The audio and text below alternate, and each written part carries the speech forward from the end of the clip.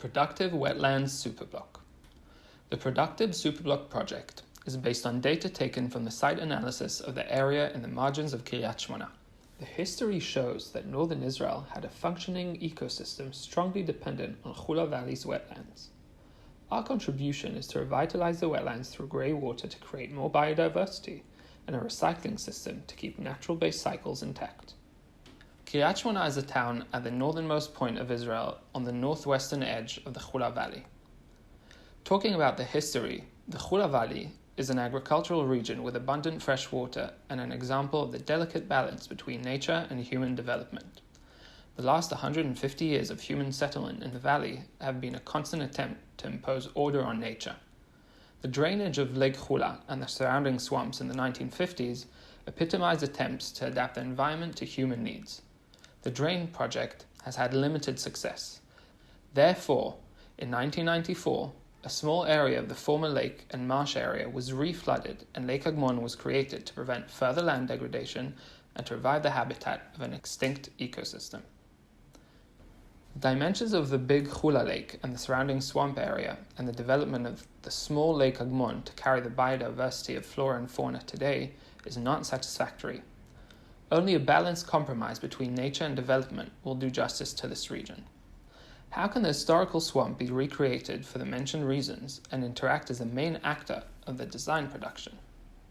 First, a map is shown that focuses on the water in the region. The map highlights natural resources such as lakes and waterways. The direction of flow shows the potential floodplains and rainy winters beyond the slope. Furthermore, human influence should be demonstrated. Artificial lakes and fish ponds were created mostly for aquaculture. In addition, the expansion of water supply networks is immense. After being used in showers, sinks, and bathrooms, the wastewater is called grey water. This water is recycled by chemical and mechanical processes in sewage treatment centers and then used to irrigate the agricultural fields. The water cycle is important, but the chemical treatment method is expensive and causes significant smell pollution and environmental hazards. The grey water could also go through another way and be cleaned by natural wetlands. This wetland becomes a great habitat for flora and fauna, revives the extinct ecosystem, and promotes a natural cycle. The constructed wetlands are filled with gravel and covered with plants that clean the water. The filter pipes at the bottom of the basin are there to separate the water and transport only clean water further.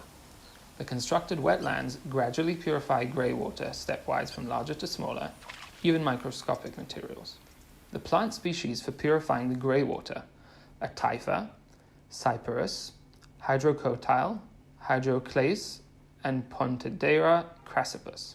These plants were formerly typical to the area's wetlands in Israel. The constructed wetlands can be well integrated into urban areas due to relatively small space requirements. The wetland recommends an area of 3 to 10 square meters per person equivalent. A research of water usage was put together to evaluate the amount of water that needs to be recycled. The planning of a superblock also include living areas and agriculture to fulfill basic needs for every resident.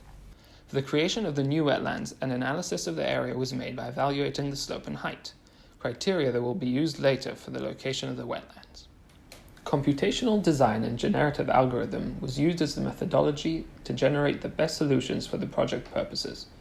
The process focused on creating the algorithm, which in turn designed the urban development.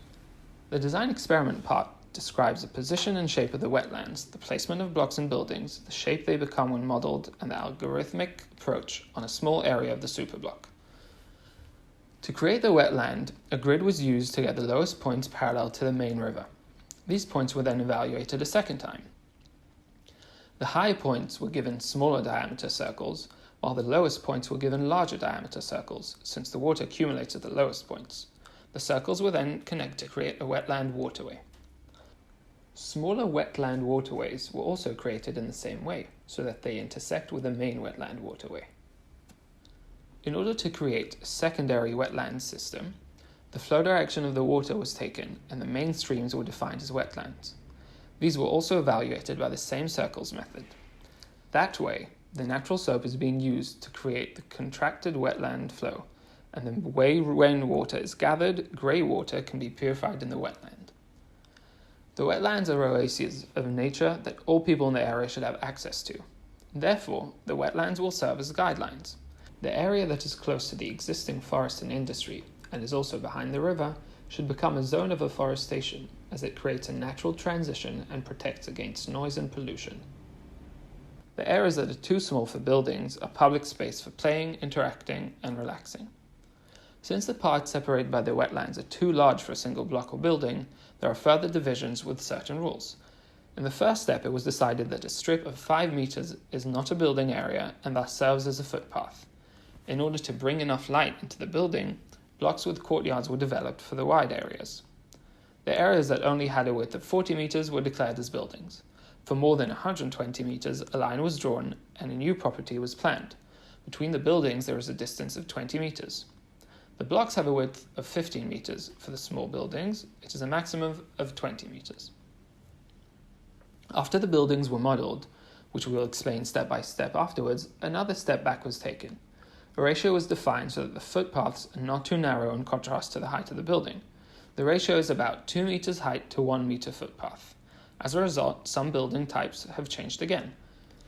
Due to the flat environment of the site, the buildings themselves should create their own artificial landscape. For this purpose, the first step was to place points on a grid, and these were afterwards pulled upwards by different criteria. First, the points were moved down in the south and up in the north, so that the southern buildings are lower and thus get as much sunlight as possible.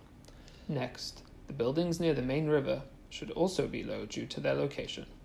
Further, the buildings by the main wetlands decrease in height so they interact with each other. Finally, the points on the edge of the individual buildings were pulled down to create a hilly shape on the roofs. The courtyard offers the people the possibility of local cultivation, and also the roofs give the same possibility. A small area of the entire site was selected for further experiment. This area includes all the elements of the superblock: buildings and blocks, wetlands, courtyards, and public areas. A generative algorithm was used to determine the minimum and maximum height of the topography made by the buildings, the street size,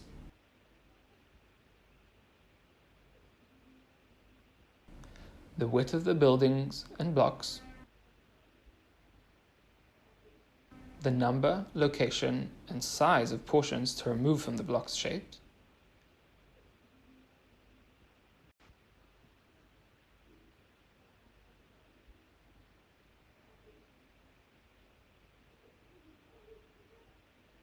this adjustment of shape and size used to optimize 5 objectives.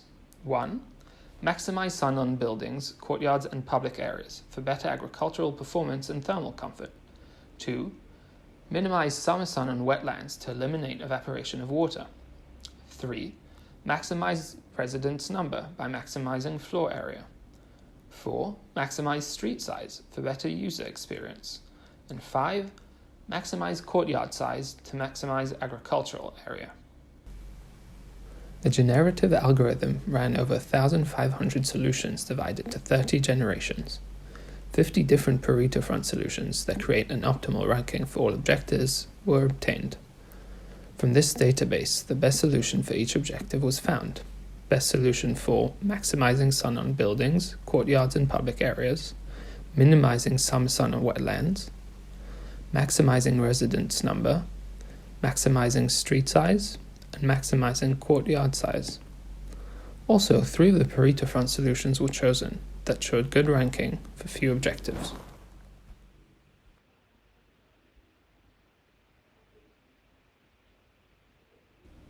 The new design area not only provides a habitat for about 30,000 people, but also creates a biotope for many returning animals and plant species who were once located in the Hula Valley through the wetlands and green roofs.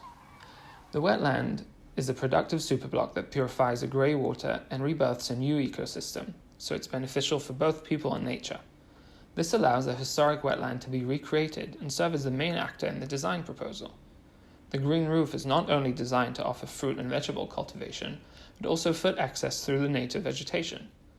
Some roofs are so low that you can climb up from the footpath, others are only privately accessible to their inhabitants. The public space transforms the open area with organically curved paths, different seating levels, climbing facilities for children and adults, and small kiosks into an inspiring terrain with urban flair. The combination of new wetlands, buildings that create a topography and landscapes, and organically formed public spaces that continue from the green roofs provide a coherent vision for a new habitat that is reawakening of the old Hula Valley with living space for every living species.